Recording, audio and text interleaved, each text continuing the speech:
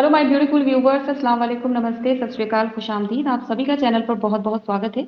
उम्मीद है, दुआ है कि आप सब लोग खैरियत से होंगे। आज हमें ज्वाइन किया है दिलीप जी ने। और चूंकि हम इनसे बहुत सारे मुद्दों पर बात करते हैं और इनकी गहरी समझ और अपना विश्लेषण ये रखते हैं, तो उसी को हम आगे जारी रखते हुए आज हम बात करेंगे भारत की इम्पोर्ट पॉलिसी अमेंडमेंट को लेकर कि ये क्या सोचते हैं, क्योंकि दो बहुत ही इंपॉर्टेंट न्यूज हम लोगों को समझनी बहुत जरूरी है। एक तो ये कि यूएस बेस्ड मॉर्गन स्टैनली ने जो बात कही है भारत को लेकर, जो रेटिंग दी है, तो भारत की रेटिंग अपग्रेड करते हुए उसने कहा है मल्टी ईयर बुल मार्केट की हो गई है शुरुआत, चीन का दौर अब खत्म। एक ये खबर हो गई जिस पे काफी चर्चा है। और जाहिर सी बात है, इस तरह की अगर कोई न्यूज आती है तो वो भारत में आत्मनिर्भर भारत, मेक इन इंडिया, इन तमाम चीजों पर दोबारा से बातचीत और सोचने पर मजबूर कर देती है। दूसरा एक बहुत इंपॉर्टेंट, इसको लेकर काफी सारी बातें भी हो रही हैं कि क्या अब लैपटॉप महंगे हो जाएंगे, क्या अब टैबलेट्स महंगे हो जाएंगे। क्यों? क्योंकि भारत ने चाइना से लैपटॉप और टैबलेट पर रोक लगा दी है। तो इसके इंपोर्ट पर रोक लगा दी गई है। तो इन दोनों न्यूज को हम, दिलीप जी, सबसे पहले आपका बहुत बहुत स्वागत करते हैं। कैसे हैं आप? जी, शुक्रिया, थैंक यू मुझे बुलाने के लिए। मैं बिल्कुल ठीक, आप बताएँ? जी, मैं ठीक हूँ और बेहतर हो रही हूँ। और सोचा इस पर आपसे ज़रूर बात कर लें, क्योंकि बहुत ही इम्पोर्टेंट है आज के समय में भारत की जो इम्पोर्ट पॉलिसी है उसको भी समझना, क्योंकि भारत की अर्थव्यवस्था, भारत की आवाम को मद्देनजर रखते हुए उस पर फोकस किया जा रहा है। और चाहे वो जियो पॉलिटिक्स हो या वो भारत के अंदरूनी पॉलिसीज हो, उस पर बहुत एक हलचल देखने को मिल रही है इस वक्त। तो आप इन दोनों ही खबरों को अपना विश्लेषण इस पर क्या देते हैं? आपको क्या लग रहा है ये आगे आने वाले समय में आप क्या देख रहे हैं? देखें, अगर हम इस की बात करें तो इंडिया ने कंप्लीट बैन नहीं लगाया, इंडिया ने रिस्ट्रिक्शंस हद से ज़्यादा लगा दी हैं चाइना से इम्पोर्ट पे। तो अब ये बोला है कि जो भी इम्पोर्ट करेगा चाइना से लैपटॉप्स वगैरह, वो उसको स्पेशल लाइसेंस चाहिए।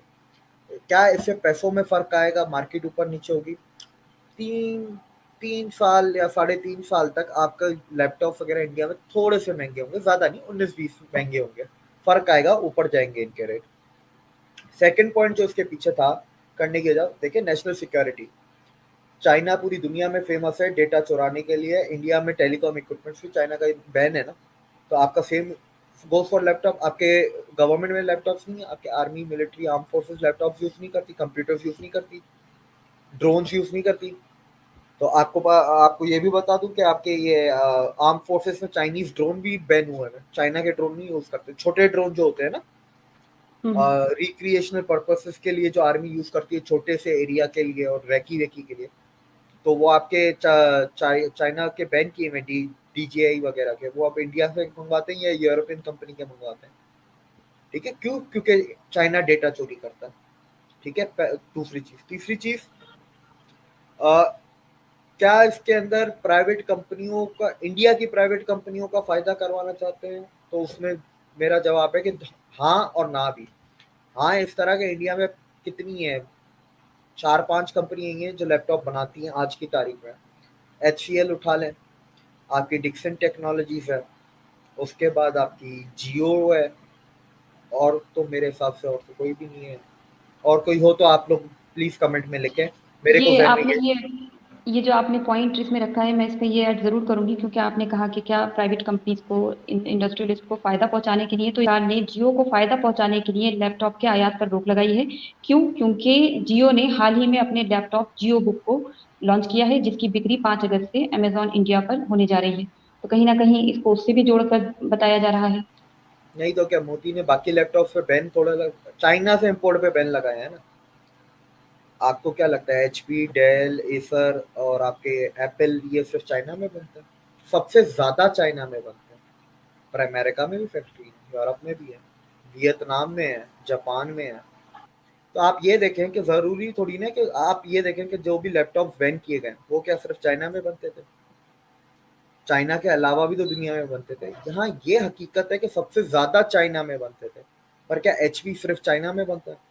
क्या एचपी की और डेल की, एसर की, लिनोवो की, रेजर की, क्या एप्पल की, इनकी क्या फैक्ट्रीज ताइवान में, जापान में, वियतनाम में, यूरोप में, अमेरिका में नहीं है? ऐसा नहीं है कि आपके इंपोर्ट्स बंद हो जाएंगे, आना बंद हो जाएंगे। आएंगे लेकिन मेड इन चाइना नहीं होंगे, क्योंकि एक सिक्योरिटी इशू भी है। आप इसको सिर्फ एक इकोनॉमिक इकोनॉमिक भी है, सिक्योरिटी भी है, मेक इन इंडिया भी है, हर चीज़ है इसके अंदर। इसको आप सिंगल पर्सपेक्टिव पे ना देखें। उसके बाद अगर आप देखें इंडियन जो कंपनी है डिक्सन टेक्नोलॉजीज, वो हम्म, एसर के साथ उनका हो गया पार्टनरशिप। वो एसर मैन्युफैक्चर करेंगे पाकिस्तान में, इंडिया के अंदर। जी। फॉक्सकॉन, एप्पल के मैकबुक्स कौन बनाता है? फॉक्सकॉन, विस्ट्रॉन, डेकाट्रॉन, तीनों इंडिया में। और हम्म, एप्पल, फॉक्सकॉन ने अनाउंस भी किया कि नेक्स्ट ईयर से मैकबुक हम इंडिया में बनाएंगे, 2024 से। ठीक है। आपका एचपी के अनाउंसमेंट हुई थी कि आप एचपी अपने प्रिंटर, सर्वर और लैपटॉप हर चीज इंडिया में मैन्युफैक्चर करेगा। ये 2 हफ्ते या 3 हफ्ते पुरानी खबर है। अ, 2 या 3 हफ्ते पुरानी खबर है। आप एचपी इंडिया से सर्च करें, आपको खबर मिल जाएगी गूगल पे। तो वो आप देखें। पीछे बचा क्या? लेनोवो वगैरह। तो लेनोवो कौन बनाता है? डेल कौन बनाता है? यही फॉक्सकॉन, विस्ट्रॉन, यही तो बनाते हैं। माइक्रोसॉफ्ट का सरफेस कौन बनाता है? हम्म, यही बनाते हैं। कॉन्ट्रैक्ट मैन्युफैक्चरिंग, फॉक्सकॉन का अपना कोई प्रोडक्ट नहीं है, वो दूसरों के लिए प्रोडक्ट बनाता है। तो ये कंपनियां पहले से इंडिया में है। फिर इंडियन गवर्नमेंट ने पीएलआई स्कीम भी तो अनाउंस की है ना, $2 बिलियन की। तो आपको ये भी बिल्कुल। तो देखना है ना। ठीक है, तो ऐसा नहीं है कि आपके लोकल बिजनेसेस को, और मैं तो कहता हूँ अच्छी बात है लोकल बिजनेसेस को अगर फायदा हो रहा है। और मैं तो हैरान हूँ कि इंडिया में सिर्फ 3 ही है। ठीक है। ज्यादा क्यों नहीं है? लेकिन चलो 3 भी हैं, बहुत बड़ी बात है, अभी और आ जाएंगे। और आपके ये फॉरेन के तो आ ही रहे हैं। तो आपको इन चीजों को देखना चाहिए, ये तो बहुत अच्छी चीज है। बात रही कि क्या लैपटॉप की प्राइसेस गिरती जाएंगी जैसे जैसे आपके इधर फैक्ट्रियां बाकी चीजों की खुलेंगी। फॉर एग्जांपल मैं समझाता हूँ। माइक्रॉन आया इंडिया में। ठीक है।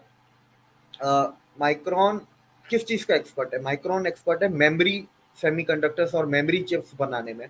हार्ड ड्राइव, रैम, रोम और गाड़ियों के सेमीकंडक्टर। गाड़ियों के आपके पैसे प्राइसेस में कुछ कमी आएगी। लैपटॉप में जो मेमोरीज लगती हैं तो उसमें कमी आएगी, क्योंकि माइक्रॉन तो इन सबको देता है। माइक्रॉन इंटरनेशनल ब्रांड है, ये थोड़ी ना कि माइक्रॉन के लोकल कंप्यूटर में जाके लगते हैं। ये सारे ब्रांड माइक्रॉन के यूज करते हैं मेमोरी प्रोडक्ट्स। तो जब उसकी फैक्ट्री खुल जाएगी फरवरी मार्च में, इंडिया का करंट इंपोर्ट सेमीकंडक्टर का 3 लाख करोड़ है। उस 3 लाख करोड़ में से 1 लाख करोड़ आपके मेमोरी सेमीकंडक्टर या मेमोरी चिप्स इंपोर्ट होते हैं। ठीक है। माइक्रॉन खुलते आपके 1 लाख करोड़ वो भी बचेंगे आपके, जब उसकी फैक्ट्री ऑपरेशनल हो जाएगी। और कंस्ट्रक्शन शुरू हो चुकी है। एएमडी, बिल्कुल। जो आपकी है एएमडी मदरबोर्ड्स और ग्राफिक कार्ड्स की बहुत बड़ी है, और पावर सप्लाईज वगैरह, उन्होंने आर एन डी अभी खोली है। आर एन डी खोली है तो ठीक है, ज्यादा टाइम नहीं है, वो उसकी मैन्युफैक्चरिंग भी आ जाएगी। आर एएमडी की कौन बनाता है? एएमडी की भी यही बनाते हैं ना, फॉक्सकॉन, विस्ट्रॉन वगैरह। हम्म। एनवीडिया कौन बनाता है? ओह सॉरी, एनवीडिया तो खुद बनाता है। एनवीडिया खुद बनाता है। तो दिलीप जी, आप मॉर्गन स्टैनली पे हम बाद में आएंगे, लेकिन आप जो लैपटॉप टैबलेट की बात कर रहे हैं, तो इसमें हमने पिछली वीडियो में भी ये बात की थी भारत में रोजगार को लेकर, क्योंकि एक बहुत बड़ा मुद्दा भी रहता है और अब 2024 इलेक्शन भी आ रहे हैं, तो इसलिए भी इसको इस नजर से देखा जा रहा है। आप क्या देख रहे हैं इसमें, भारत को कितना फायदा है और चाइना को कितना नुकसान देख रहे हैं आप? मैं आपको कुछ डेटा देता हूँ। जो अभी ये बैन तो कल लगा है ना, ये डेटा आपका मार्च तक का है। मैं आपको डेटा देता हूँ, वो डेटा अपने आप आपके सवाल का जवाब दे देगा। ठीक है। हम्म। 2023 में इलेक्ट्रॉनिक एक्सपोर्ट्स इंडिया के तमिलनाडु से $5.37 बिलियन, यूपी से $4.90 बिलियन, कर्नाटका से $4.52 बिलियन। ठीक है। ये आपके एक्सपोर्ट्स में जो इन टॉप 3 स्टेट्स जिन्होंने कंट्रीब्यूट किया। एक डेटा मैं आपको और देना चाहता हूं, जो रोजगार की आपने बात की। अब इसको गौर से आप सुनिएगा। यूपी का मैं हम्म। डेटा दे रहा हूं। 2017 से 18 यूपी में इलेक्ट्रॉनिक एक्सपोर्ट्स जो होते थे $42.9 मिलियन। 18 से 19 $1.23 बिलियन। 19 से 20 $2.48 बिलियन। एक 20 से 21 $2.84 बिलियन। 21 से 22 $3.77 बिलियन। 22 से 23 $4.90। तो ये राहुल गांधी के रिश्तेदार जाके काम करते हैं या एलियन आके काम करते हैं इंडिया में? ये रोड, एयरपोर्ट कौन बनाता है? अब इसके ऊपर फिर मॉर्गन स्टैनली में मैं आपको ज्यादा आगे हम इसके ऊपर डिस्कस करेंगे। तो जैसे मैं इसमें अगर जिक्र भी करूं, नवकेंद्र सिंह जी हैं, एसोसिएटेड वाइस प्रेसिडेंट हैं आईटीसी के, उन्होंने कहा कि ये लोकल मैन्युफैक्चरिंग को कहीं ना कहीं पुश देने के लिए भी ये इम्पोर्ट पे रेस्ट्रिक्शन जरूरी था। और हमारे भारत में ऐसा बहुत मैं आम सुनती हूँ कि कहते हैं कि सब कुछ अडानी और अंबानी के हाथ भेज दिया जा रहा है, ये देश जो एकदम बिक गया, सब कुछ खत्म हो जाएगा, सब कुछ प्राइवेट हो जाएगा। तो इस मुद्दे की गंभीरता को लोग नहीं समझ रहे हैं कि इससे फायदा होगा, या इसको एक सिर्फ नुकसान के तौर पर ही भारत में पोर्ट्रे करने की कोशिश की जाती है। कहीं ना कहीं ये एक, आपने पिछली बार बात भी की थी कि ये एक प्रोपेगेंडा होती है चीजों को लेकर, जिनको क्रिएट किया जाता है, लेकिन उसके पीछे जो चीजें होती हैं, फायदा होता है, वो आवाम का सोचा जाता है। जी। देखें, ये मेरी दुखती रग है। मैं आपको उसको इस तरह समझाता हूँ। पहली बात तो इंडिया में सिर्फ अदानी अंबानी नहीं है, अदानी अंबानी जैसी 125 कंपनी है जो गवर्नमेंट के साथ डेली कांटेक्ट में है, डेली। पहली चीज, ठीक है। तुम लोगों को अदानी अंबानी का पता है क्योंकि तुम लोग शोशा वाले बंदे हो, तो तुम लोगों को टॉप 10 वाले नाम याद है। मुझे है ना टॉप 200 के भी नाम याद है, जो टॉप 200 रिचेस्ट रहते हैं। आम तो पब्लिक वो की नहीं, यहाँ की कुछ मीडिया, प्रोपेगेंडा मीडिया चैनल्स की भी मीडिया यही की मैं उनकी नहीं दुख, नहीं नहीं उनका नहीं, रोना रहता है। अडानी आई अंबानी यही सिर्फ जिक्र सुनो होता है। सुनो, I don't give a damn about media ना। मीडिया को तो आप छोड़ ही दें, मैं आवाम की बात कर रहा हूँ, और जो मैं पर बात कर उसी रहा हूँ वो मीडिया को देखते तो वो उसी मीडिया को तो देख रही है वो आवाम। तो देखती रहे, पर ये इनका दिमाग यही है, ज्यादा फर्क नहीं है इनमें और फिर पाकिस्तानियों। फिर बोलेंगे पाकिस्तानियों में कंपेयर करो। मैं माइंडसेट की बात कर रहा हूँ। इंडियन मीडिया भी हम्म। ब्रेन वॉश कर रहा है अदानी अंबानी के नाम पे।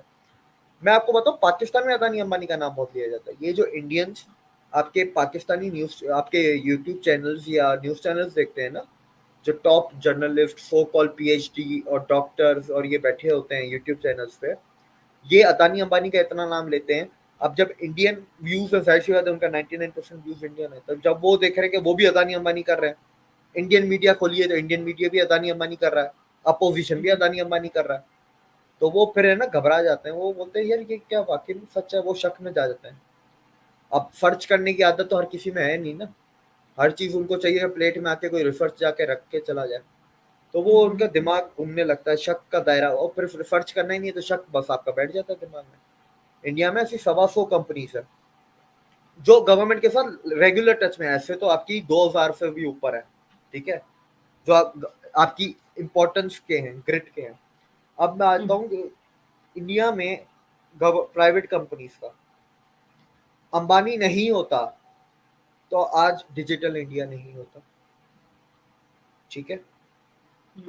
अनिल अंबानी नहीं होता तो आज शायद इंडिया में मेक इन इंडिया डिफेंस सबसे शुरुआत जो हुई थी वो राफेल को लेके हुई थी, अनिल अंबानी ग्रुप का और डिफॉल्ट एविएशन का, वो नहीं होता, ठीक है। अगर अदानी नहीं होता तो आपके इंडिया के पोर्ट्स नहीं बनते, डेवलप मॉडर्नाइज नहीं होते।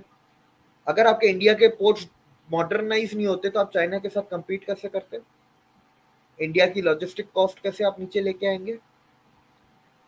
और जिस मुल्क की आवाम 5% जीएसटी और पनीर और दूध पे बैठ के हाय हल्ला करती है, ठीक है, टैक्स देने को नहीं है राजी, मजबूरी में जो वो समझते हैं कि हमारी मजबूरी हम टैक्स देते हैं, गवर्नमेंट कहाँ से लाती इतना पैसा पोर्ट को डेवलप करने के लिए? वो केपेक्स एक्सपेंडिचर कौन लेके आता? आज भी मैं आपको आरटीआई डालें, मैं आज चैलेंज करता हूं कि इंडिया में पोर्ट डेवलपमेंट की कितनी कंपनीज हैं? सिर्फ एक अदानी है। अगर अदानी को नहीं देते ना तो वो आपकी चाइनीज कंपनियां लेके जाती हांगकांग बेस। वो दिखाने में क्या है, वो देखने में क्या लगेगा कि हांगकांग की कंपनी है, पर उसके मालकान कौन है? पीछे सीसीपी के मेंबर। आपके पोर्ट आपके नेवी बेसिस भी होते हैं, ठीक है, ये चीज आप समझें। दूसरी, आप आरटीआई डालें कि गवर्नमेंट पोर्ट्स पे आपके कितनी बड़ी शिप्स आ सकती हैं, डेप्थ क्या है, और अदानी के पोर्ट्स पे डेप्थ क्या है, ये आप आरटीआई डालें, आरटीआई में आपको पता चल जाएगा। आपको मैन्युफैक्चरर ऑफ द वर्ल्ड बनना है, चाइना की इकोनॉमी को बीट करना है, आपको हर चीज करनी है, पर आपके पोर्ट पे जब बड़ी शिप ही नहीं आ सकती 10,000 कंटेनर से ज्यादा वाली, 10 से 15-16 हजार कंटेनर वाली, कैसे बनेंगे आप? आपके सारे पोर्ट्स को जो आज रेलवे से कनेक्ट की गए, ये किसने किया है? और वो जो रेलवे की, जैसे मुंद्रा से रेलवे तक 40 किलोमीटर की पट्टी डाल दी। अभी जैसे वाइजैक विशाखापट्टनम में जो बन रहा है पोर्ट, अदानी का एक अभी कंस्ट्रक्शन में है, ऐसे 12 और पोर्ट है, उनको जो कनेक्ट किया गया है वो जरा बताएंगे आप कि वो किस तरह होगा, वो कौन खर्चा करता है? वो रेलवे की 40 किलोमीटर पट्टी ऐसे अदानी ने 300 किलोमीटर डाली है, 40-40 हम्म। करके। वो गवर्नमेंट ने डाली है कि अदानी ने अपने पैसों से डाली है? अदानी के स्पेशल इकोनॉमिक जोन है मुंद्रा पे 15,000 एकड़ का, उसके अंदर कितनी एफडीआई आई है? आपको ये चीजें सोचनी है। अगर अदानी को अगर इसराइल का पोर्ट नहीं दिया जाता, ऑस्ट्रेलिया के पोर्ट नहीं दिए जाते, तो आज आपके ओवरसीज नेवी के बेसिस होते। चाइना के सिर्फ 3 है, इंडिया के 10 से ऊपर इंटरनेशनल नेवी बेसिस है खुद के। अमेरिका को जो एक्सेस कर सकता है वो तो अल्लाह है, उसको तो मैं गिन ही नहीं रहा। इसी में और आ जाए, अदानी नहीं होता तो आज आप सोलर मैन्युफैक्चरर में सुपर पावर नहीं होते। आज India is number 1 in solar manufacturing. Tata नहीं होता तो इंडिया में शायद ओलंपिक्स भी नहीं आती आपके एथलीट्स को, क्योंकि ये और गांधी परिवार तो ये बोलते थे ये तो फजूल है। अगर टाटा नहीं होता तो इसरो की पहली फंडिंग भी विक्रम साराभाई को नहीं मिलती। यही टाटा नहीं होता तो इंडिया में शायद कॉस्मेटिक्स भी नहीं आते। ये टाटा नहीं होता तो इंडिया में कभी कॉटन रेवोल्यूशन नहीं आता 1890s में, जमशेदजी टाटा ने जब टेक्सटाइल लगाई। ये टाटा नहीं होता तो इंडिया में शायद पावर के भी आपके नहीं होते।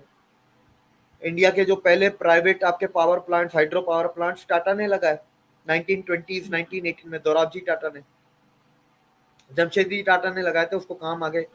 इंडिया आज सेकंड लार्जेस्ट स्टील मैन्युफैक्चरर है। ये टाटा, जिंदल, इनके बगैर हो क्या? जिंदल ने पूरी दुनिया में खदानें खरीदी हुई हैं, वेदांता ने पूरी दुनिया में खदानें खरीदी हुई हैं। आपको क्या लगता है कि ये दुनिया में जो खदानें, रॉ मटेरियल आपका सिक्योर हो रहा है?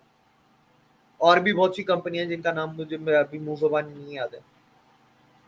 अगर आपकी सिप्ला नहीं होती, आपकी सन फार्मा नहीं होती, और ऐसी और 50 कंपनियां नहीं होती, तो आज इंडिया क्या world pharmacy of the world बन पाता? 1999 से पहले India was the net importer of petroleum products and petroleum, crude oil and petroleum products. लेकिन नहीं, अंबानी उठता है, बोलता है मैं सबसे बड़ी रिफाइनरी लगाऊंगा, पेट्रोकेमिकल कॉम्प्लेक्सेस लगाऊंगा। 3 साल के अंदर अंदर जैसे ही उसकी फैक्ट्री शुरू हुई, इंडिया नेट इंपोर्टर से पेट्रोलियम प्रोडक्ट्स का एक्सपोर्टर बन गया, और दुनिया की सबसे बड़ी रिफाइनरी आज इंडिया के पास है। यूरोप का एविएशन फ्यूल अंबानी की रिफाइनरी से रिफाइन होके जाता है। पाकिस्तान में जो अभी रशियन फ्यूल आया ना, वो अंबानी की रिफाइनरी से आया, रिफाइन होकर। तो ये आपको स्ट्रेटेजिक एडवांटेज नहीं देता? आप लोग दुनिया, मेगा इंजीनियरिंग लिमिटेड को सारे कॉन्ट्रैक्ट क्यों देते? मेगा इंजीनियरिंग लिमिटेड एक एफकॉन है, दूसरे आपके ये हैं, इनको क्यों देते हैं? इन्हीं को सारे प्रोजेक्ट क्यों मिलते हैं इंफ्रास्ट्रक्चर के? क्योंकि भाई उनको इसीलिए मिलते हैं क्योंकि वो सबसे बेस्ट है। लेकिन क्या बाकी कंपनीज ने नहीं कमाया? तो आपके दूसरे कॉन्ट्रैक्ट मैन्युफैक्चरर्स हैं। 2014 में ऐसे कॉन्ट्रैक्ट मैन्युफैक्चरर्स थे यास्मीन जी, जिनकी 500 करोड़ कंपनी की वैल्यू थी। आज उनकी कंपनी की वैल्यू 5,000 करोड़, किसी की 15,000 करोड़ वैल्यू है। जो ये इतना इंफ्रास्ट्रक्चर का काम हुआ है, ये कौन कर रहा है आपका? यही तो सर यास्मीन जी, यही मसला है आप लोगों को। अच्छा, मैं आपको नाम भी बता देता हूँ, Apco Infratech, Ashoka Buildcon, Atlas Construction, CDS Infra Projects, दया माजू, दिलीप बिल्डकॉन, एक डीआरए है, गवार है, पटेल इंफ्रास्ट्रक्चर है, जीआर इंफ्रा प्रोजेक्ट्स है, जीएचबी है, एचजी इंफ्रा इंजीनियरिंग है, आईआरबी है, रिकॉन है। फिर आपका एक और है ना, ये आर से एक है, केसीसी है, लार्सन एंड टुब्रो। आज दुनिया को, आज आपके nuclear reactors Larsen and Toubro बनाता है। ब्राजील में पेट्रोलियम कॉम्प्लेक्स लगता है, लेकिन वो अब आपके अपने मशीनरी का ऑर्डर लार्सन एंड टुब्रो को देते हैं, मशीनरी इंडिया से बनके जाती है। आज आपको इंडोनेशिया सोच रहा है, ठीक है, टू बी क्लियर, सोच रहा है, अभी दिया नहीं है, कि इंडिया को सबमरीन्स का ऑर्डर दिया जाए। वो लार्सन एंड टुब्रो बना के देगा ना। आज एविएशन में आपको टाटा ही वापस सुपर पावर बनाने वाला है। गवर्नमेंट बना पाई? गवर्नमेंट ने एयर इंडिया के ऊपर कितने, 25,000 करोड़ के डेट था, 20,000 करोड़ का। दुनिया तो जो इंडिया के सामने झुकती है ना, वो आपकी private companies plus political vision plus leadership plus आपकी मोनेटरी पॉलिसीज में जो चेंजेस, इकोनॉमिक पॉलिसीज रिफॉर्म्स, ये सारी चीजें, चाहे आपकी मिलिट्री स्ट्रेंथ हो, ये सारी चीजें ना एक साथ चलती हैं। ये उंगली में 10 हाथ है ना, 10 उंगलियां, ये आपका, ये आपकी इकोनॉमी हो गई, ये आपकी फाइनेंस पॉलिसी हो गई, आपकी फॉरेन पॉलिसी हो गई, ये आपकी प्राइवेट कंपनीज हो गई, ये आपके रिश्ते हो गए दुनिया के साथ, ये आपकी मिलिट्री की स्ट्रेंथ हो गई, ये सब मिलके साथ चलता है तब मुल्क आगे बढ़ता है। बिल्कुल। हम तो बड़े खुश होते हैं, मार्क जकरबर्ग रातों रात बिलियनियर बन गया, उसने ये भी खरीद लिया, वो भी खरीद लिया। अमेरिका को देखो, मार्क जकरबर्ग, एप्पल को देखो, दुनिया की सबसे बड़ी कंपनी। अपने बिजनेसमैन को क्यों नहीं तुम लोग इंस्पायर क्यों नहीं होते उनसे? अपने बिजनेसमैन को अप्रिशिएट क्यों नहीं करते हो? यास्मीन जी, मैंने इंडिया में ऐसी ऐसी केस स्टडीज पढ़ी हैं कि बंदा पागल हो जाए। हल्दीराम की केस स्टडी आप पढ़े, वो पापड़ आते हैं ना, लिचित पापड़, उसकी केस स्टडी, बिस्लरी की, ये मुंबई में जो कोला मिलती थी जो 91 में फिर ये कोको कोला वालों ने खरीद लिया, उन लोगों ने बेचे, उनकी केस स्टडी आप पढ़े। ऐसी ऐसी केस स्टडीज हैं, आपकी सोच से भी ज्यादा। इंडिया में ऐसे ऐसे बिजनेसमैन हैं, डायमंड की केस स्टडीज पढ़े आप सूरत में, हम्म। आप कभी स्टॉक मार्केट की केस स्टडीज इंडिया में पढ़े, जीएमआर ग्रुप मसला तो कैसे शुरू हुआ था। अब मसला तो बोलते हैं यही है कि हम एक पढ़ते एक नहीं है, हम इन्फ्लुएंस जल्दी हो जाते हैं। एक चीज नहीं, हमें इन्फ्लुएंस गोरों से होना है। मैं कहता इन्फ्लुएंस होना है तो ढंग के इंसान से होना है यार। अपने देश के बिजनेसमैन से नफरत क्यों है? अमेरिकन बिजनेसमैन से तो तुम्हें नफरत नहीं है कि बिल गेट्स इतना बिलियनियर है, गवर्नमेंट उसको ये करती है, वो गवर्नमेंट उसके, अमेरिकन गवर्नमेंट उसके आगे झुकती है। मार्क जकरबर्ग को देखा, सेनेट की मीटिंग में गया था, किस तरह अमेरिकन सेनेटर्स के मुंह पे वो जवाब दे के आ गया। उधर तो बड़े तुम लोगों के मुंह चलते हो, तुमसे तो बड़े इंस्पायर हो। अपने बिजनेसमैन के टाइम पे क्या आ जाता है? America is super power because of their 200 top companies. वो 200 कंपनियां अमेरिका से निकाल दो, अमेरिका धड़ाम रातों रात खत्म। लेकिन अपने बिजनेसमैन को इज्जत नहीं देनी। अमूल, आपको पता है इंडिया में सबसे बड़ा एफएमसीजी अमूल है, यूनिलीवर से ज्यादा सेल है अमूल की, नंबर 1 पे है। यूनिलीवर, प्रॉक्टर गैम्बल, आपका रैकेट बेंसन, ये एक करीब भी नहीं आते बिल्कुल। अमूल पर। देखें लोगों को अमूल की केस स्टडी, उनको यूनिलीवर में ज्यादा शौक है। अरे यूनिलीवर के कितने ब्रांड्स हैं, कैसे शुरू हुआ, 2 भाई थे, फला था ढमका था, भैया इसी में ये खुश है। तो ये मसला तो है ना। हमारे यहाँ दुनिया, महिंद्रा के ट्रैक, दुनिया महिंद्रा नंबर 1 है दुनिया में। डिट्रॉइट जैसे शहर में महिंद्रा जाके अपनी, डिट्रॉइट में कैसा कंपटीशन है, उधर भी कबाल सिस्टम है ना कि सारी अंग्रेजों की ओन की हुई कंपनी है, पर एक ब्राउन चमड़ी वाला आता है, उधर गाड़ी की फैक्ट्री लगाता है। ठीक है, हम्म। महिंद्रा। मैं आपको दूसरा टाटा का एग्जांपल, 2007-8 की बात है, टाटा ने जैगुआर और लैंड रोवर खरीदी ना।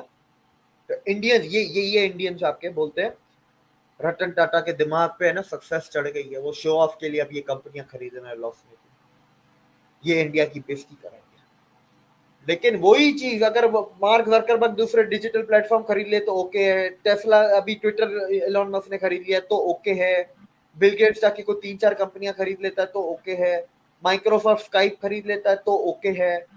लेकिन एक इंडियन बिजनेसमैन कर लेना तो इनके अंदर मिर्ची लगना शुरू हो जाती है, आग लगती है। और इसमें सबसे बड़ी गलती है ना इंडिया के बिजनेस इंस्टीट्यूट्स की भी है। इंडिया के बिजनेस इंस्टीट्यूट्स में इंडियन बिजनेसेस की केस स्टडी पढ़ाते ही नहीं है। मुझे बाकी आईआईएम का नहीं पता, मुझे आईआईएम अहमदाबाद का पता है। आईआईएम अहमदाबाद में आपके इंटरनेशनल केस स्टडीज पढ़ाई जाती हैं, इंडियन बिजनेसेस की केस स्टडीज नहीं पढ़ाई जाती। और टाटा और बाकी कंपनीज का जो सीएसआर होता है, उसमें भी बहुत कुछ होता है। वो लाइवलीहुड से रिलेटेड होता है, एजुकेशन से, पॉवर्टी से, तमाम चीजें उसमें होती हैं। लेकिन एक्चुअली बात वही होती है ना, जैसे आपने कहा कि हम बाहर के एग्जाम्पल तो देख लेते हैं, और हम जो हमारे मुल्क के अंदर है तो हम ऐसे बहुत सारी चीजें ऐसे देखते हैं जिसपे एक प्रोपेगेंडा सेट होता है कि सब कुछ इस मुल्क के अंदर प्राइवेट हो जाएगा, सब कुछ बिक गया, रेलवे बिक गया है, यहाँ के हॉस्पिटल्स बिक गए हैं, स्कूल्स बिक गए हैं। तो एक एक प्रोपेगेंडा चलाया जाता है। जैसे आपने बताया कि भारत की इकोनॉमी के लिए सिर्फ कोई एक फैक्टर या कोई एक पैरामीटर को आप सेट नहीं कर सकते, उसमें बहुत सारे पैरामीटर्स होते हैं। उन सब से मिलकर ही भारत की इकोनॉमी, भारत के युवाओं के लिए जॉब्स क्रिएशन, ये सब इम्पोर्टेंट होता है। भारत की एक बहुत बड़ी आबादी है, और इतनी बड़ी आबादी के लिए रोजगार सबसे अहम सवाल यहाँ पर हमेशा यही रहता है। बल्कि चुनाव का जो सबसे बड़ा मुद्दा होता है वो यही बनकर उभरता है तो अगर इम्पोर्ट बैन किया पर जो बात हो रही है और हम देख रहे हैं कि रिस्ट्रिक्शन लगाई गई हैं, कुछ एक शर्तों के साथ वो लाइसेंस जारी किया भी जा सकता है, लेकिन वहां पर शर्तें जारी हैं। तो आप कैसे देख रहे हैं कि हमारे देश में जो आत्मनिर्भर भारत है, जो मेक इन इंडिया है, ये तमाम इनिशिएटिव इन प्राइवेट कंपनी के साथ मिलते हुए और बाकी भारत के युवाओं का टैलेंट, वो कितना आगे आने वाले समय में हम चाइना को कहाँ टफ कंपटीशन दे रहे हैं?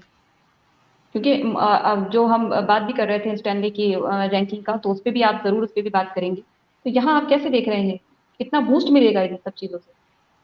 देखिए इंडिया में तो बहुत बूस्ट मिल रहा है, मैंने तो आपको डेटा भी कोट किया। मैं अब जी जी। हम डेली बात करते रहते हैं कि इंडिया की ये कंपनी इधर हो गई वो हो गया, इंडिया में कोई आ गया है। आप और जियो की बात कर रहे थे, जियो ने बाय द वे गूगल के साथ जॉइंट वेंचर किया हुआ है। तो हम्म। गूगल के साथ मिलके ये फोन और जियो बुक वगैरह डिजाइन की गई है, क्योंकि जियो के अंदर कुछ हिस्सेदारी गूगल की भी है, ठीक है, कुछ इक्विटी है गूगल की, तो जॉइंट वेंचर है उनका एक तरीके से। तो देखिए वो मिलके काम होते हैं, कुछ इंडिपेंडेंट काम करते हैं, कुछ मिलके काम करते हैं। जैसे आपकी जियो की एग्जांपल दी, उसके अंदर उन लोगों ने कोलैबोरेशन कर ली, ठीक है।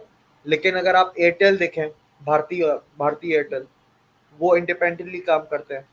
या जैसे आपका फॉक्सकॉन है, वो इंडिपेंडेंटली काम कर रहा है इंडिया में, पर जब विस्ट्रॉन आया, विस्ट्रॉन टाटा वालों के साथ कोलैब करके काम कर रहा है। हम्म। उन्होंने 2 प्लांट अपने इंडिपेंडेंटली चला रहा है, एक प्लांट वो टाटा के साथ कोलैब कर रहा है, और तीसरा जो टाटा इलेक्ट्रॉनिक्स का 4,000 करोड़ का जो प्लांट लग रहा है कर्नाटका या तमिलनाडु में, उसके अंदर विस्ट्रॉन भी उनके साथ है मदद करने के लिए और गाइडेंस और कंसल्टेंसी वगैरह के लिए। तो वो हर किसी के ऊपर होता है। लेकिन आप देखें ना, टाटा केमिकल्स ने 13,000 करोड़ की अभी फैक्ट्री लगा रहे हैं गुजरात में, लिथियम की, लिथियम आयन बैटरीज की, लेकिन उसमें उन्होंने कोई कोलैब नहीं किया।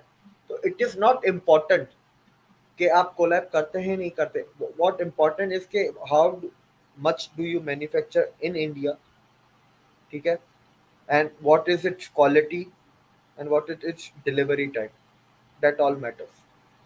अब मैं आपको 2-3 एग्जांपल इसके ऊपर और भी देते हैं, हम फिर अगले टॉपिक पे बढ़ते हैं। मेरे दिमाग में जस्ट अभी आया, आपको पता है इंडिया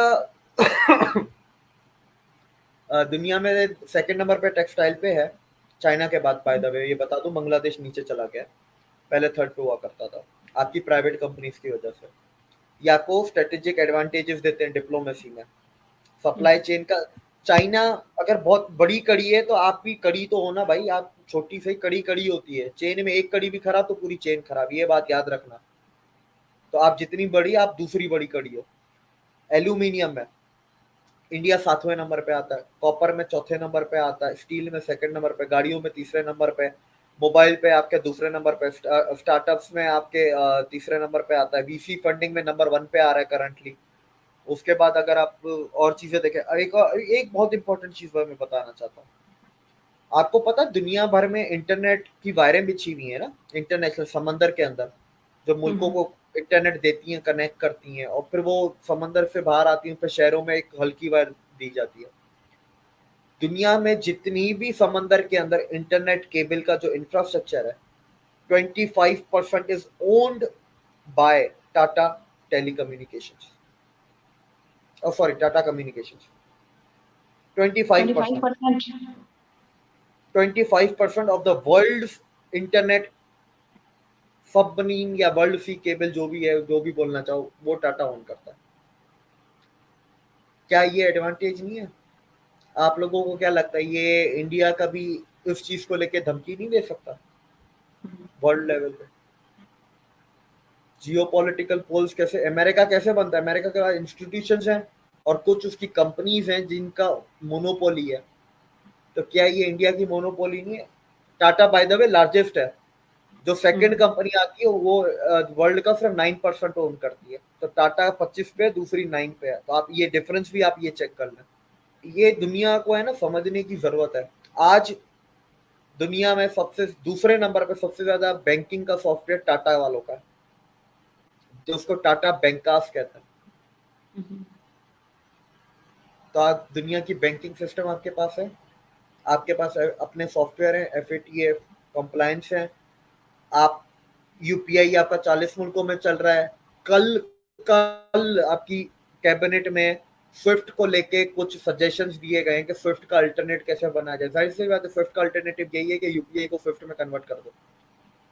आप लोगों को क्या लगता है बगैर प्राइवेट कंपनीज की मदद के होगा? हम्म।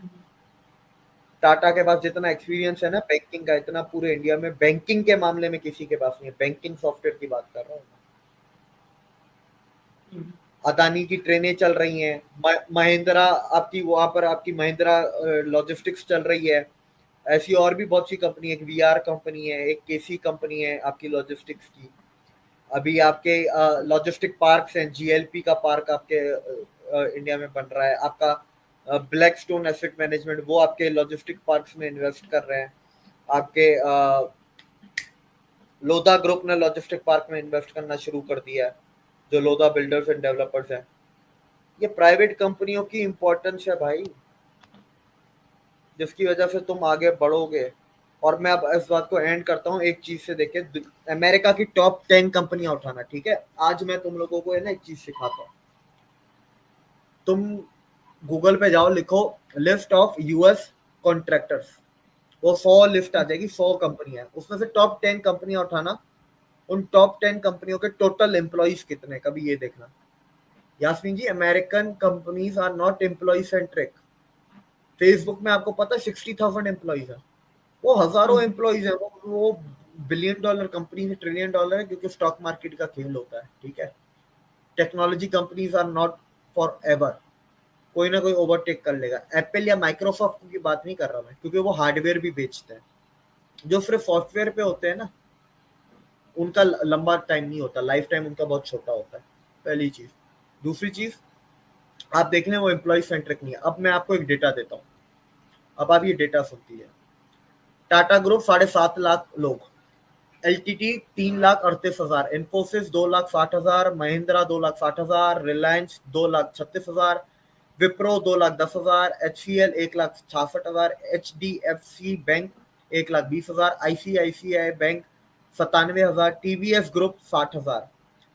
ठीक है, ये 10 कंपनियां आपकी देती हैं करीब करीब 25 लाख लोगों को नौकरियां। इंडिया में गवर्नमेंट नौकरियां कितनी है? और अब उनकी और संख्या घटती जा रही है। ये है जवाब। इन कंपनियों को गालियां देने से पहले ना सोच लेना, तुम्हारा इंडिया तबाह हो जाएगा, और कुछ नहीं। करने का शौक है तो करो, मेरा क्या जाता जी। और मॉर्गन स्टैनली के बारे में आपका क्या ख्याल है, जो उन्होंने इतना, और आज से हम 2013 की बात करें तब फ्रेजाइल 5 में भारत को रखा हुआ था, और भारत को एक वीक, बहुत ही कभी भी आसानी से बिखर जाने वाली अर्थव्यवस्था के तौर पर रखा गया था। और आज 10 साल बाद हम जब देख रहे हैं, तो वो कह रहे हैं कि भाई भारत तो एक लंबी रेस का घोड़ा है, यहाँ तो आगे आने वाले समय में जितना ज्यादा इन्वेस्टमेंट हो उतना ज्यादा फायदा होने वाला है दुनिया को। देखिए, मैं आपको तो पहले 2014 का थोड़ा क्लियर कर दूं। 2014 में आपके 12 लाख करोड़ के स्कैम हो चुके थे लास्ट 10 सालों में यूपीए के। उसके बाद 2013 आपके से तेरह बैंकिंग चौदह के, हाँ हाँ, तब तक मैं पूरे 10 साल की बात कर रहा हूँ। तब तक पूरे 10 साल में 2014 तक आपके 12 लाख करोड़ के स्कैम हो चुके थे, जो हमें पता है, पहली चीज। दूसरी चीज,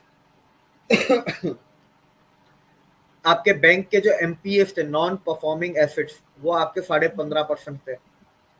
उसके बाद आपके ऑयल बॉन्ड्स जो यूपीए गवर्नमेंट ने लिए थे, वो इतने हाई इंटरेस्ट रेट पे आपके ऑयल बॉन्ड्स थे। आपके पेट्रोल भी इसी वजह से महंगा है, भाई तो ये भी बता दूं मैं, वन ऑफ द रीजंस कि रशिया से ऑयल लेने के बाद भी इंडिया में पेट्रोल की प्राइसेस क्यों नहीं गिरी, या स्टेबली क्यों रही, नहीं गिरी क्यों नहीं, तो उसकी वजह ये आपके ऑयल बॉन्ड्स। तो ऐसी हजारों चीजें थी। फिर वो क्या है, वेस्टर्न इकोनॉमिक्स मॉडल पे चलते थे। ये जो ट्रिपल आर है आपका इकोनॉमिस्ट, यार एक बात बता दूं, ये जो पीएचडी इकोनॉमिस्ट और ये हार्वर्ड वगैरह के पढ़े होते हैं, इन पे ज्यादा भरोसा मत किया करो। नहीं तो अगर इन पे ज्यादा, अगर केस स्टडी में देता हूँ, बंगाल के आखिरी लास्ट 3 फाइनेंस मिनिस्टर्स जिन्होंने 5-5 साल पूरे किए, तीनों के तीनों पीएचडी इन इकोनॉमिक्स, और बंगाल की हालत देख लेना। सारे स्टेट्स में सबसे लास्ट में से ही आता है किसी ना किसी एक नंबर पर। तो ये है ना, ये वो पीएचडी इन इकोनॉमिक्स है, वो हार्वर्ड से पढ़ के आया। मुझे मत बताना हार्वर्ड में क्या होता है क्या नहीं, मुझे पता है, ठीक है?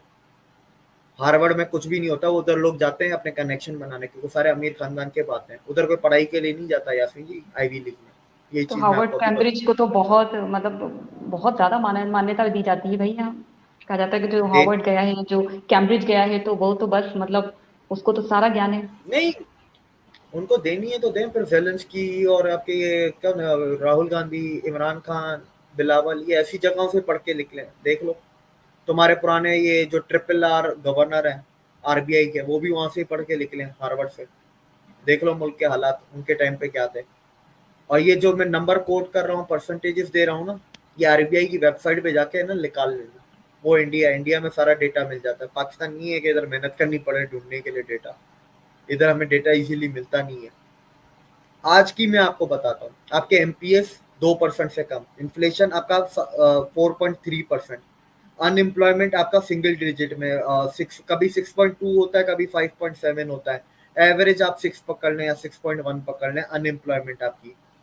ठीक है। करेंसी आपकी स्टेबल है, फोर्थ हाईएस्ट फॉरेक्स रिजर्व है इंडिया के पास आज की तारीख में। ऑयल बॉन्ड्स जो मैं बात कर रहा था, ऑयल बॉन्ड्स आपके 2025 में आपकी आखिरी पेमेंट है। जो यूपीए ने ऑयल बॉन्ड्स लिए थे उनकी आखिरी पेमेंट 2025 में, तो तब आपके खत्म हो जाएंगे। उसके अलावा आपके फॉरेक्स रिजर्व, डिप्लोमेसी, एफडीआई देख लें, $1 ट्रिलियन के करीब एफडीआई आई है 9 सालों में। मतलब 900 बिलियन कुछ है, 1 ट्रिलियन के आसपास। $1 ट्रिलियन एफडीआई 10 सालों में बहुत बड़ी बात होती है। बड़े बड़े मुल्कों में नहीं आती भाई, बड़े बड़े मुल्कों में नहीं आती इतनी एफडीआई। ये एफडीआई आई है तो डॉलर भी तो आए हैं। फिर आपकी कंपनीज इंटरनेशनली कितनी गई हैं? करंटली इंडिया में 2,90,000 एमएनसीज काम करती हैं, मल्टीनेशनल, इंडियन भी और फॉरेन भी। मतलब मुझे यही नहीं पता उसमें से इंडियन कितनी है और बाहर की कितनी है, पर टोटल एमएनसीज 2,90,000 इंडिया में करंटली आज की तारीख में। 2017 में तो 2014 में इंडिया में 70,000 फॉरेनर काम करते थे। आज की तारीख में 70 लाख काम करते हैं। ये आरटीआई का डेटा जाके निकाल लो। तो ऐसे ही नौकरियां, मतलब फॉरेनर जब आ जाए ना तो आप समझ जाओ कि एक अलग लेवल पे चली गई है आपका मुल्क। कि अपने लिए तो नौकरियां हैं ही हैं, पर दूसरों के लिए भी हैं। और लास्ट टाइम हमने लेकिन अनएम्प्लॉयमेंट पे भी बात की थी, 4.5% वही है जो 8वीं करके, 10वीं करके, 12वीं करके उनको गवर्नमेंट नौकरियां चाहिए या मदरसे से निकले हैं, जो अनस्किल्ड है, ये वो लोग हैं। नहीं तो इंडिया में इतनी नौकरियां हैं कि लोग बाहर से आ रहे हैं, आप लोग बोल रहे हैं नौकरियां नहीं है उधर। ये पे एयरपोर्ट कौन बनाता है, रोड कौन बनाता है? ये रोज एक नई कंपनी, इंफ्रास्ट्रक्चर की कंपनी जब बड़ी होती है तो उसके अंदर इंजीनियर भी उतने चाहिए, लेबर भी आपको उतनी चाहिए ना। आपकी हर कंपनी की प्रोडक्शन भी तो बड़ी है ना। टाटा की गाड़ियों की प्रोडक्शन, सुजुकी की भी बड़ी है, महिंद्रा की भी बड़ी है। इंडिया में जितने भी प्लांट लगे तो उधर भी तो एम्प्लॉइज और आपके मैनेजर और ये वो हर चीज चाहिए। तो वो कहाँ से आ रहे हैं? बिल्कुल। तो नौकरियां शायद इंडिया बढ़, ये भारत का कितना फोकस। बेवकूफी का जी। कॉन्सेप्ट है। इंडिया बढ़ता जा रहा है लेकिन नौकरियां कम होती जा रही हैं। मतलब ये सलाम है इंडियन इस थॉट को, राहुल गांधी के। जी, जी, ये अलग-अलग स्तर से ये तमाम यहाँ पे वाद-विवाद के मुद्दे रहते हैं। भारत का फ़ोकस जो है जितना अभी देख देख रहे हैं हम लोग, और एक भारतीय, एक आम भारतीय होने के नाते मैं कोई अर्थशास्त्री के जैसे कुछ वो नहीं कह रही हूँ। एक आम भारतीय के नज़रिए से यहाँ बात कर रही हूँ, क्योंकि हम आम भारतीय ही इस पर चर्चा करते हैं। तो देखते हैं कि भारत का जो सारा फ़ोकस है, जो एक सेंटर पॉइंट है भारत का, मैन्युफैक्चरिंग, प्रोडक्शन को जितना ज़्यादा हो सके, इन्वेस्टमेंट को जितना ज़्यादा हो सके, उसको बढ़ावा देना। ऐसे में क्या इसीलिए तो कहीं पाकिस्तान और ज़्यादा पीछे नहीं पड़ रहा है कि भारत के साथ? ख़ैर ये तो एक अलग ही मुद्दा हो जाएगा बातचीत का, लेकिन मुझे ऐसा लगता भी है कि भारत के तो बड़े अच्छे ताल्लुकात दुनिया के साथ हैं, तो लाओ हम भी वहाँ पर अपने नंबर बढ़ा लें। सवाल मेरा ये है कि इस नीति को, इस पॉलिसीज़ को, चाहे ये फॉरेन पॉलिसीज़ हैं, चाहे ये इम्पोर्ट एक्सपोर्ट पॉलिसीज़ हैं, इनको कंटिन्यू रखने के लिए ये इसी तरह जारी रहना बहुत ज़रूरी है।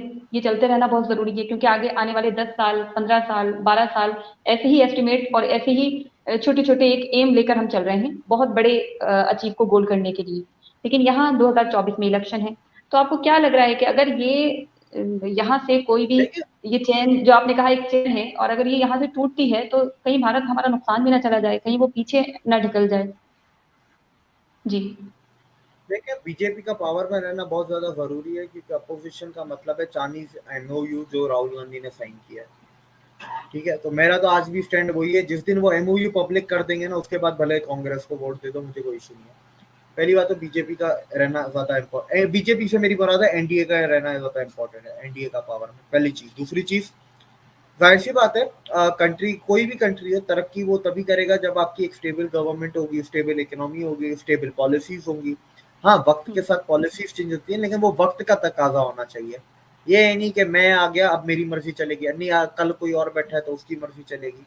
वक्त के तकाजे के साथ अगर पॉलिसीज चेंज हो तो वो कोई बुरी बात नहीं है, वो होनी भी चाहिए, वो उल्टा बेहतर होती है।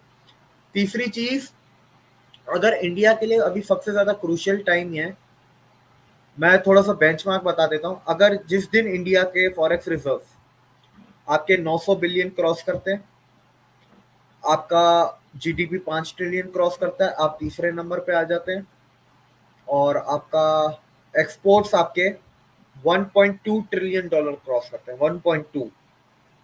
उस दिन इंडिया एक सेफ जोन में आ जाता है कि उसके बाद है ना, चाहे अगर अपोजिशन गलती से पावर में आ भी गई ना, तो वो चाह के भी इंडिया को गिराएगी नहीं और गिरा नहीं सकती।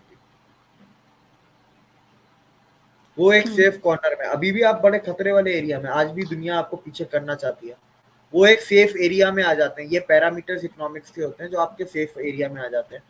किसी ने ये नोटिस किया कि 2014 में इंडिया का डेट टू जीडीपी रेशो 23.5% था, 23.2% था। आज की तारीख में इंडिया का डेट टू जीडीपी रेशो 19.4% है। तो आपका डेट जीडीपी के मुकाबले कम हुआ है। किसी ने ये चीज भी नोटिस नहीं की।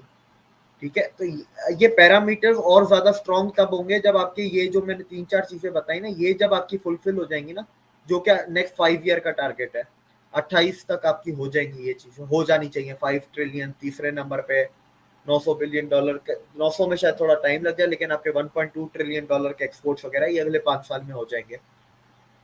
तो ये जब हो गया ना, इंडिया सेफ जोन में आ जाएगा, फिर इंडिया को कोई टच नहीं कर सकता, इवन अपोजिशन भी और फॉरेनर्स भी।